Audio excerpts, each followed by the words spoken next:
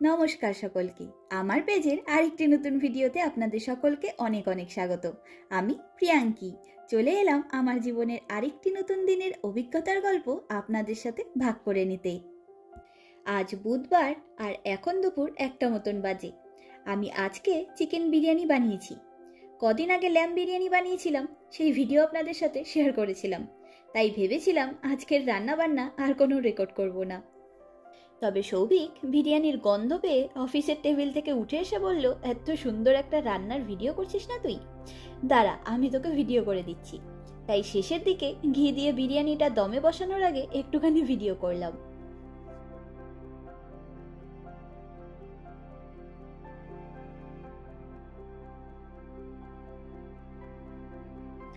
আমরা আগে সপ্তাহে একবার অন্তত চিলি চিকেন ফ্রাইড রাইস খেয়ে নিতাম, সেটা এখন বিরিয়ানিতে এসে পড়েছে। সপ্তাহে একদিন অন্তত বিরিয়ানিটা আমরা খেয়েই ফেলি। মাত্র কটা আইটেমের মধ্যেই ঘোরাফেরা করে আমাদের খাওয়া দাওয়া আর রান্নাবাড়ি, কারণ আমরা এদেশে খাওয়া দাওয়ার বিশেষ কোনো অপশানসও পাই না।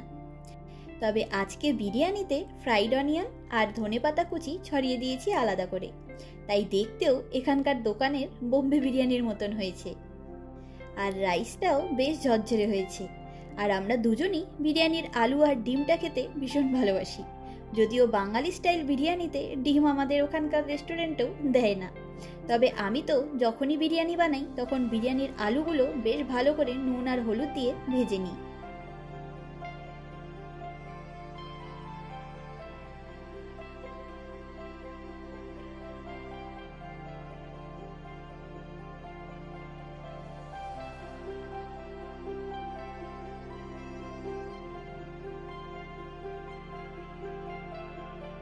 আর সৌভিক বিরিয়ানির সাথে কাঁচা পেঁয়াজ আর ধনেপাতার চাটনি নিল, আর আমি এদিকে দইয়ের মধ্যে ধনেপাতার চাটনি মিশিয়ে একটা রায়তা বানিয়ে নিলাম, আর কিছুটা শসা কেটে নিয়েছি। চলুন আমরাও এবারে খাওয়া দাওয়াটা সেরে ফেলি।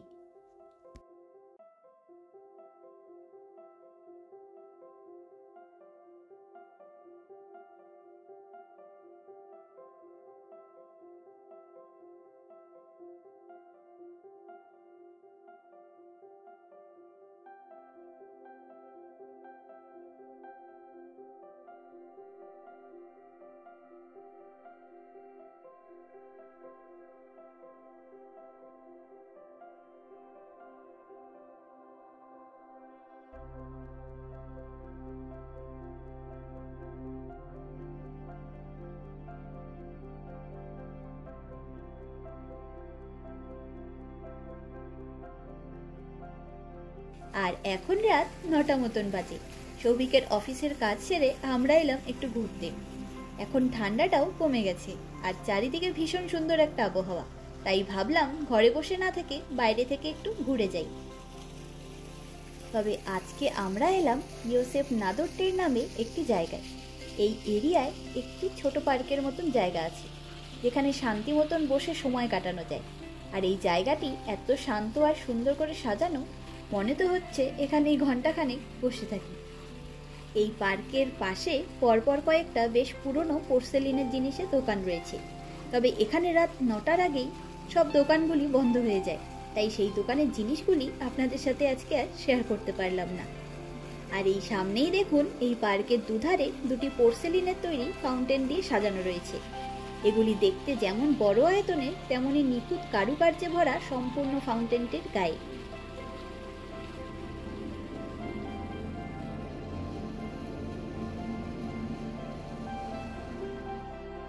এই পার্কটি দেখতে হয়তো ভীষণ শুনশান, শান্ত আর অন্ধকার অন্ধকার।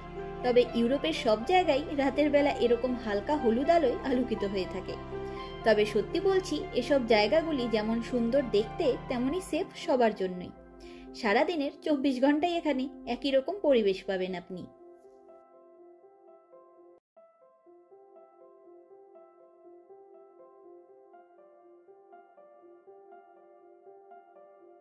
আর এই পার্কে জলের 4টি কল রয়েছে, দেখলেন কি সুন্দর করে সাজানো গোছানো। আর সবকটা কলেই ঠান্ডা ঠান্ডা জল পড়ে। আর এখানকার রাস্তাঘাটে অবস্থিত সব কলের জলই পানীয় জল, আমরা নিশ্চিন্তে তা পান করতে পারি।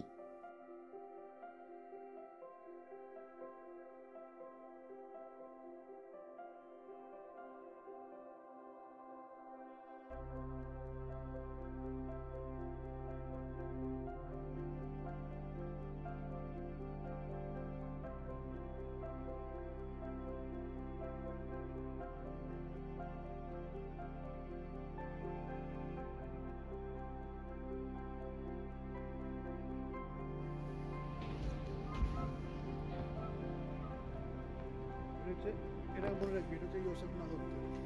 কোনটা? আচ্ছা, আরে আমি ভুলে যাই রে। ও মা, কি সুন্দর! জলের থেকে লাইটটা দিয়েছে, কি দারুণ না? দেখো ভাই, ভিতরে বনচায়নারই মনে এগুলো না, ব্লুগুলো অসাধারণ সুন্দর এগুলি। আমি কখনো পোর্সেলিনের এত বড় আর এরকম সুন্দর ফাউন্টেন দেখিনি আগে।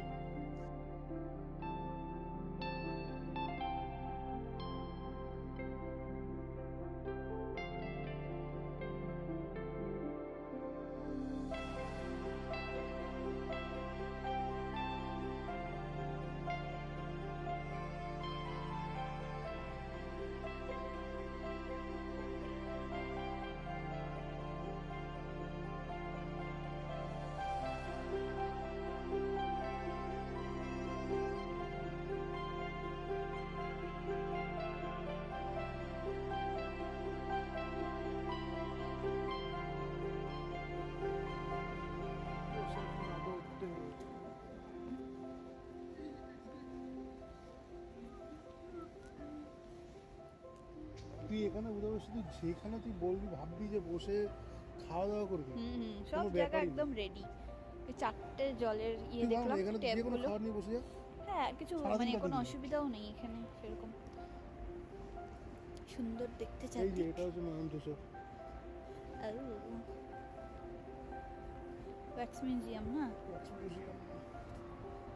এখানে কার কার আছে? যে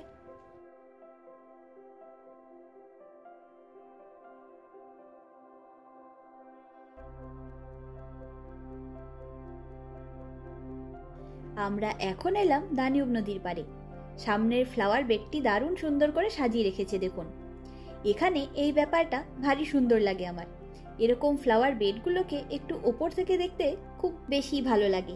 রকমারি ফুল আর নানা রঙের ফুল বেশ ডিজাইন করে লাগিয়ে রাখে।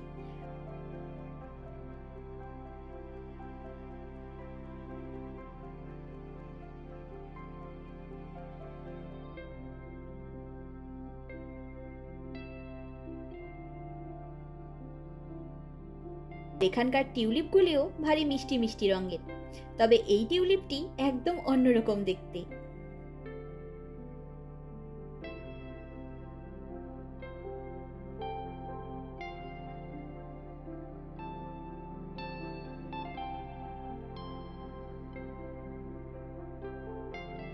আর আমরা এখন বুদাপেস্টের সেচিনি ব্রিজের ওপরে এসে দাঁড়ালাম।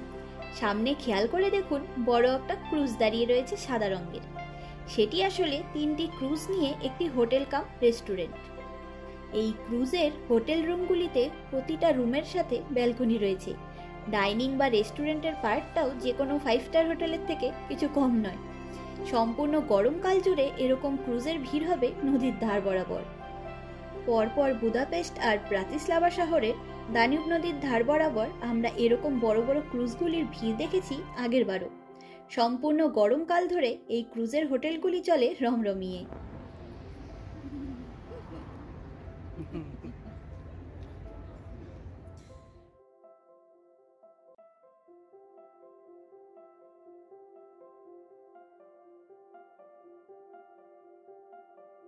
আমরা এখন ট্রাম ধরে বাড়ি ফিরবো। বেশ খানিকটাই রাত হলো, আমাদের খিদেও পেয়ে গেছে। ওই যে ট্রামও চলে এসেছে।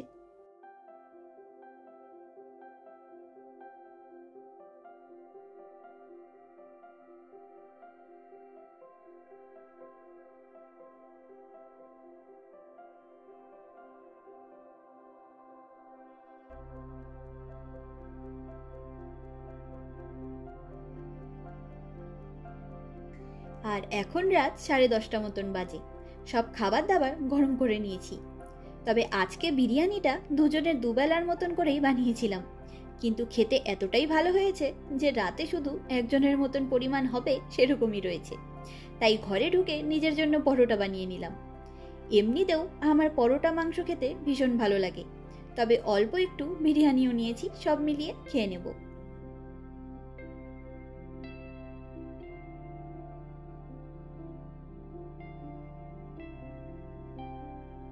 আর বাড়ি ফেরার সময় নিয়ে এসেছি পাড়ার একটা দোকান থেকে এই মোচির প্যাকেটটা।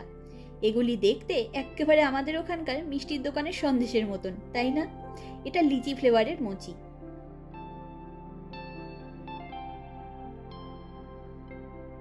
ও বাবা, সৌভিক অলরেডি 2খানা খেয়েও ফেলেছে। দারুণ কিউট দেখতে এগুলি, আর খেতেও ভীষণ সুন্দর। আজকে সব কাজকর্ম শেষ। এখন সবার আগে আমার অর্কিড গাছটাকে ঘরে নিয়ে এসে রাখলাম, আর এখন বীজ ছড়ানো মাটিতে একটু জল স্প্রে করে দেব। আর আজকের দিনটি রান্নাবাড়ি, তারপর পার্কে গিয়ে পোর্সেলিনের ফাউন্টেন দেখা আর দানিব নদী দেখে বাড়ি ফেরা নিয়ে বেশ ভালোই কাটলো।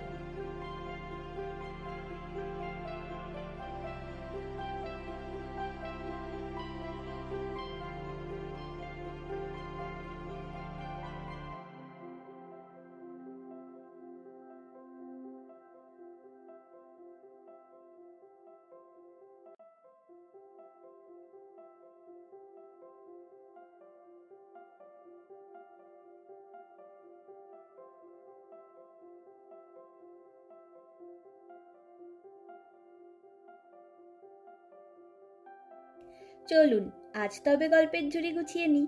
দেখা হবে, গল্প হবে পরের একটি ভিডিওতে খুব তাড়াতাড়ি। আমার ভিডিওগুলি ভালো লাগলে আমার এই চ্যানেলটিকে সাবস্ক্রাইব করে আমার পাশে থাকার অনুরোধ রইল। আর আমার এই ভিডিওটি কেমন লাগলো লাইক কমেন্ট করে জানাবেন। আপনাদের সহযোগিতা ছাড়া আমার এই পথ চলা অসম্ভব। সকলে ভালো থাকবেন, সুস্থ থাকবেন, আনন্দে থাকবেন। নমস্কার।